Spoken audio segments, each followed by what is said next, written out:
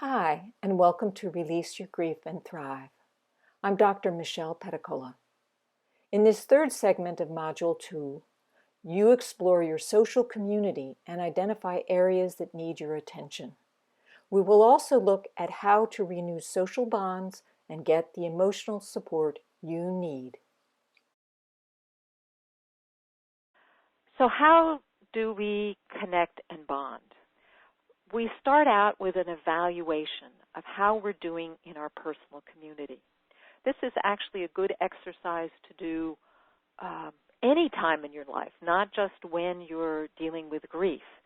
This is a measure of how healthy you are or how secure you are in your social community, in being connected and bonded in this world, and feeling that level of safety and security on that social plane.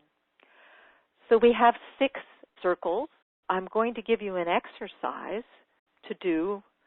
We could do a little bit of it now, and then you're going to do this as your homework, is to put names in each of these circles of who you could turn to for these specific areas of support.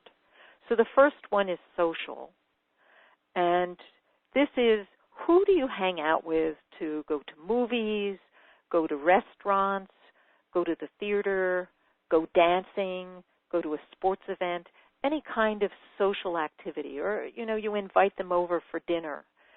Those are our social connections. Physical is the next. These are people who help to keep us healthy on a physical level. This could be a doctor. This could be a walking buddy, somebody that you take walks with or go out and run, a tennis partner, somebody in a support group.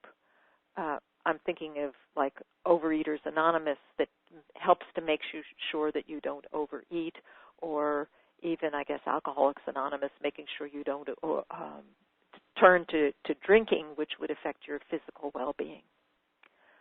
The next one is over to the left is mental. Who do you turn to stimulate you mentally? Are there classes that you're taking? Are you involved in a book club? Do you go to a speaker series? Do you have a friend that you mull over important ideas or run past them decisions that you're going to make?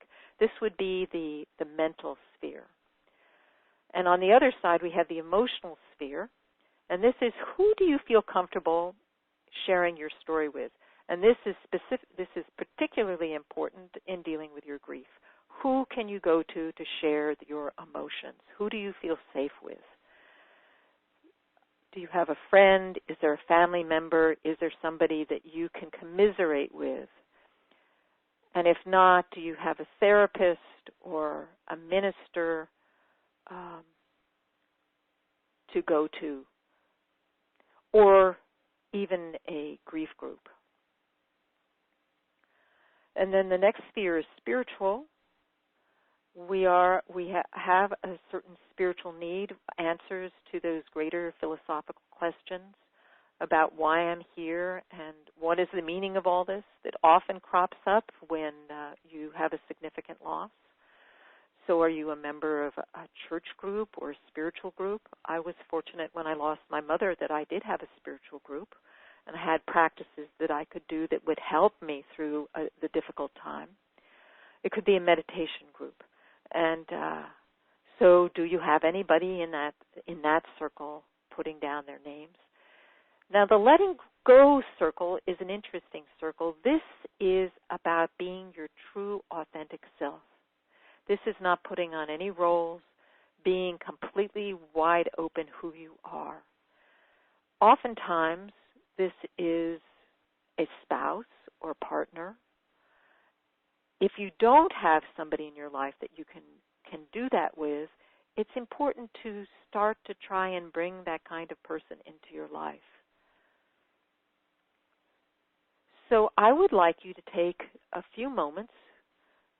I'm going to give you about a minute to just start, maybe 2 minutes, to start putting down names writing down names for these different spheres, just to start to get you going. I'm going to put some music on.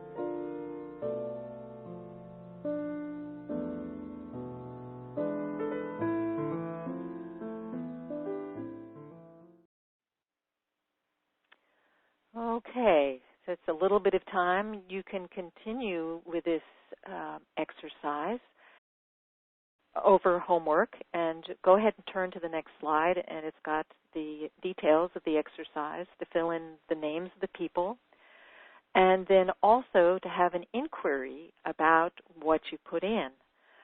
Which circles have only one name, and those are the weak circles. Those are the ones that are really at risk. If that person disappears out of your life, then you're not going to have somebody supporting you in that arena. And right now, you may feel that there are some circles that are far more important than others. Certainly, that emotional circle is very important at this point in time. So if you only have one name in there, or not even one name, then that is an area of weakness. Also identify people showing up in 4 or more circles,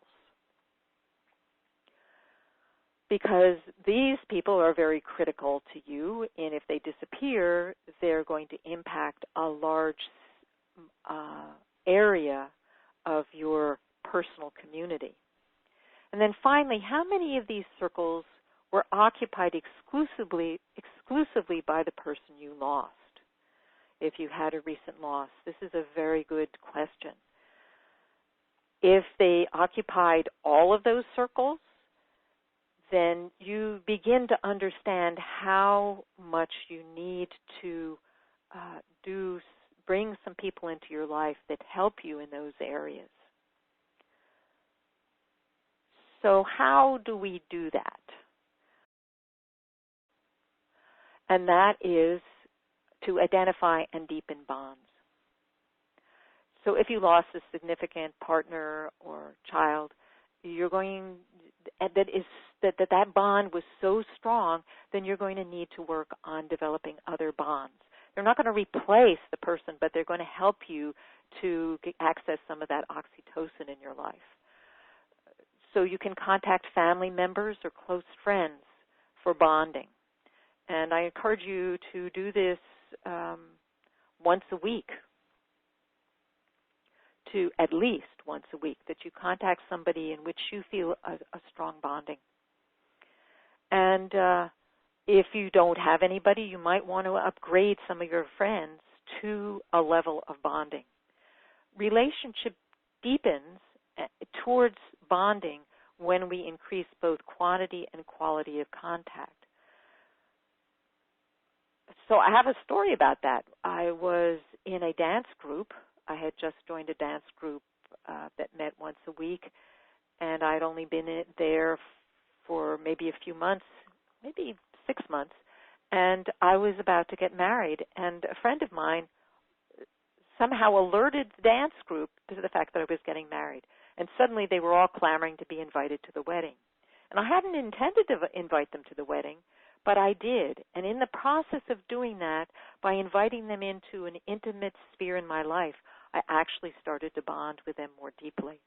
So you can do this with friends. You can actually upgrade your friends to a deeper bond to help you through this period and then afterwards, because they become a resource for you and you a resource for them.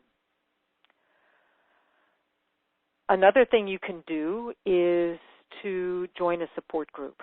It could be a grief support group or another kind of support group in which there is an arena for expressing emotions or feelings. A support conversation. How do you go about doing that so that you don't swamp the person or chase them away? You be really clear and upfront that this is what you need. And you set a time limit so that people don't feel swamped. And it helps you to get really to the point.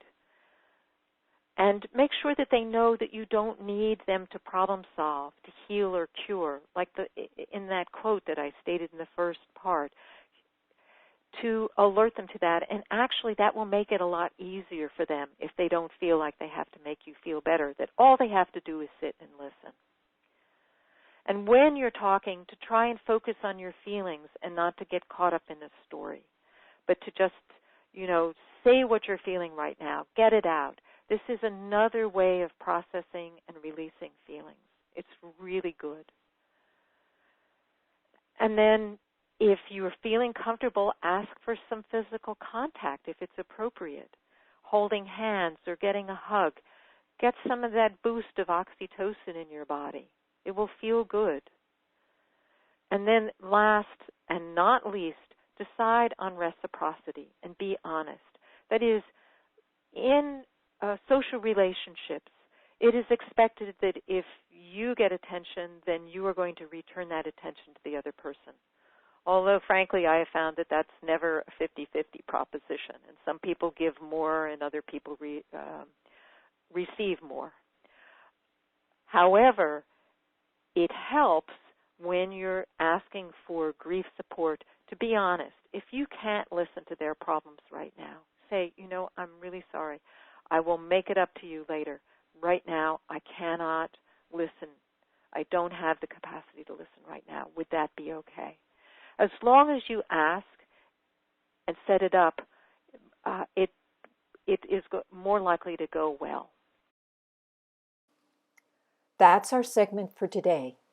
You learned the importance of community for your healing and well-being, and how to reach out to others for support. In our next segment, you will learn how to create new connections and the importance of developing inner resilience.